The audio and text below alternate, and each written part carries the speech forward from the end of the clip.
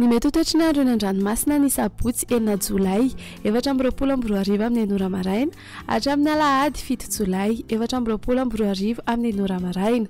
Tsy misy ny filazana fampitandremana amin'ny avy ny alin-drano na izany azy entanina sika mpampasaranomasina mba homalina trany. Ho an'ny morontsiraka Atsinanana, tanjom-bobaomby hatrany amin'ny tanjony Angotsy, anorana tandrifin-drahona vitsy. Ho avy atsimo Atsinanana ny rivotra ka ho 20 hatramin'ny 7 kilometatra isan'ora. Anonjabe-dranomasina, ahery indraindray, avy ny onjo 2 metatra, hahatratra 2.5 metatra indraindray ny any amin'ny tapany avaratra, isy alin-drano avy atsimo Atsinanana.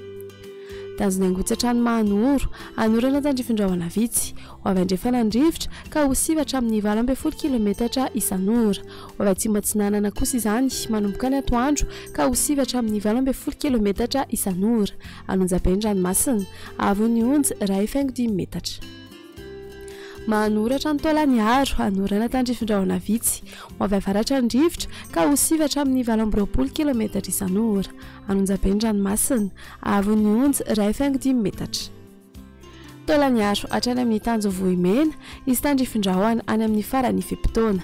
Ho avy andrefana ny rivotra ka ho 20 hatramin'ny 20 kilometatra isan'ora. Anonjabe-dranomasina, avy ny onjo 2.5 hatramin'ny 2 metatra.